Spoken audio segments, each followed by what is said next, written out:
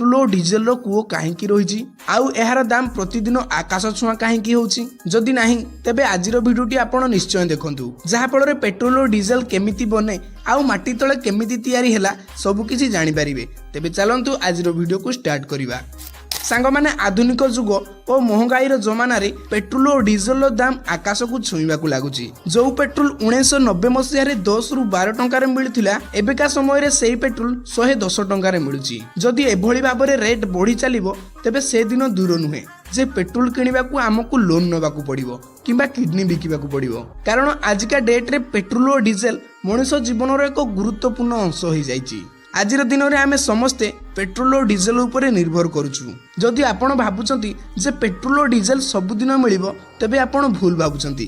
कारण जो भली गति रे आमे याकू व्यवहार करूछु ताहा जणा पडुची जे आसंता 40 वर्ष मध्यरे यह संपूर्ण भावे शेष होई जिवो। कारण एही समस्त जिनिस माटी तळ सीमित रूप रे रहिछि। जेउपरि गति रे पेट्रोल और डीजेल सरी सरी आसीबो सेपरि भाबरे एहार दाम मध्य बढ़ी चलिबो।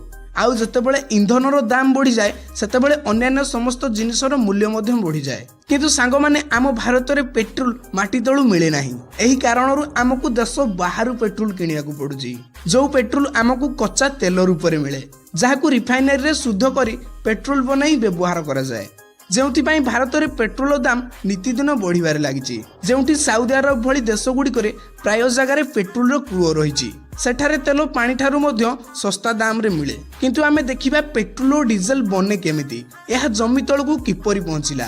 सांग माने देखंतु हजार हजार वर्ष पूर्वरु जेतेबेले पृथ्वी रे डायनासोर माने विलुप्त हेले सेतेबेले पृथ्वीर टेक्टोनिक प्लेट रे गतिविधि हलचल होउथिला जहा फल लक्ष लक्ष गछ और प्राणी जीवजंतु माने माटी तले चापी हेकी दबी गले। आउ जतेबेले से माने संपूर्ण भाव में पचि गले माटी तले गभीर चाप और तापरे से माने जीवाश्म तरल पेट्रोलियम रे परिणत हो गले। आउ बहुत वर्ष परे मनुष्य निज ज्ञान कौशल व्यवहार करी माटी तळु खोजी करी पेट्रोलियम को बाहर कला। जदि आपण भाबुचंती जे माटी खोलिले पानी भली पेट्रोल मिली जिवो तेबे आपण भूल भाबुचंती। आमको पेट्रोल गुटे कला और घन तरल रूप में मिले जहाकू पेट्रोलियम कहा जाए। यह प्यूरी फॉर्म रे न थाए। पेट्रोलियम को आमे क्रूड ऑयल बा कच्चा तेल कहू किंतु पेट्रोलियम रो अर्थ पेट्रोल नुहे। पेट्रोलियम रो डीजेल पेट्रोल किरोसिन और अन्यान्य जिनिस बाहरी थाए। एही पेट्रोलियम माटी तले और समुद्र तले मिली थाए। समुद्र मध्यरु एहाकू बाहर करिबा पई फ्लोटिंग रिफाइनरी व्यवहार करा जाए अर्थात भासुथिबा प्लाटफॉर्म। एही प्रोसेस सुनिबाकू सहज लागि थाई पारे किंतु यह बहुत कठिन और महंगा होता है। किंतु एही तेल को खोजिबारे वर्ष वर्ष लागि थाए आउ कोटी कोटी टंका खर्च हुए। सेठारे बहुत दामी दामी मेसिन गुड़िको लागि थाए जेउठारे तेल मिले सेठी भासुथिबा प्लाटफॉर्म बना जाए जहाकू माटी उपरे भलो भाबरे बांधी दिया जाए। तापरे समुद्र तळकू ड्रिलिंग करा जाए किंतु एही ड्रिलिंग हजार हजार फुट तळकू जाए।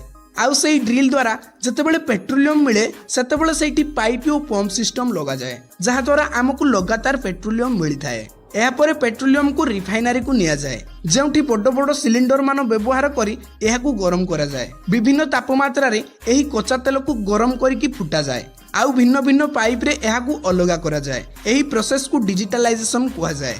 जेमिति जण इंजीनियर विभिन्न धातु को ठीक तापरे तरळेई भिन्न भिन्न उपकरण बनाती ठीक सही परी विभिन्न तापमात्रा रे पेट्रोलियम रु भिन्न भिन्न जिनिस को बाहर करा जाए। जेमिति कि 110 डिग्री सेल्सियस रे पेट्रोल बाहरी थाए आउ 180 डिग्री सेल्सियस रे किरोसिन बाहरी थाए ता सहित 260 डिग्री सेल्सियस रे डीजेल बाहरी थाए। एथुरु आहुरी बहुत किछि जिनिस मध्य मिली थाए जेमिति कि महम ग्लिसरीन ग्रीस फ्लोरिंग और अन्यान्य अनेक जिनिस हेले पेट्रोल आउ डीजेल बनैबा परे डायरेक्ट पेट्रोल पंप को निया जाए नहीं। प्रथमे एहाकू टेस्टिंग करा जाए तापरे जाई एहाकू तेल टांकी को पठा जाए तापरे टांकी रु सीधा आम गाड़ी को जाए आउ आम गाड़ी रु सीधा सड़क आम पॉकेट को जाए। एही समस्त प्रक्रिया सुनिबाकू बहुत सहज लागि पारे किंतु एथिरे लागुथिबा टंकार परिमाण बहुत अधिक।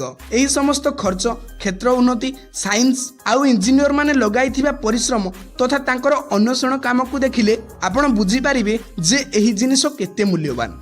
एहीपरि गुरुत्वपूर्ण और दुर्लभ जिनिस को आमे अन्यथा व्यवहार करूछु। गाड़ी चलेबा बेले नियम मानिकी चलिबा उचित आउ गाड़ी को नियमित सर्विसिंग ଓ ଅପବ୍ୟୟ ରୋକିବା ଏହା ହେଉଛି ଆମର ଦାୟିତ୍ୱ। କାରଣ ଏହି ପେଟ୍ରୋଲ ବା ଡିଜେଲ ଅନେକ ଅବଧି ପରେ ତିଆରି ହୋଇଥାଏ। ଏହା ଖୁବ୍ ଶୀଘ୍ର ଶେଷ ହେବାର ସମ୍ଭାବନା ରହିଛି। ତେଣୁ ଏହାକୁ ସଠିକ୍ ଭାବରେ ବ୍ୟବହାର କରିବା ଆମ ସମସ୍ତଙ୍କର ଦାୟିତ୍ୱ। ସାଙ୍ଗମାନେ, ଆପଣଙ୍କ ଏରିଆରେ ପେଟ୍ରୋଲ ଓ ଡିଜେଲର ଦାମ କେତେ ରହିଛି କମେଣ୍ଟ ମାଧ୍ୟମରେ ନିଶ୍ଚୟ ଜଣାନ୍ତୁ। ଯଦି ଆପଣଙ୍କୁ ଏହି ଭିଡ଼ିଓରୁ କିଛି ବି ଶିଖିବାକୁ ମିଳିଲା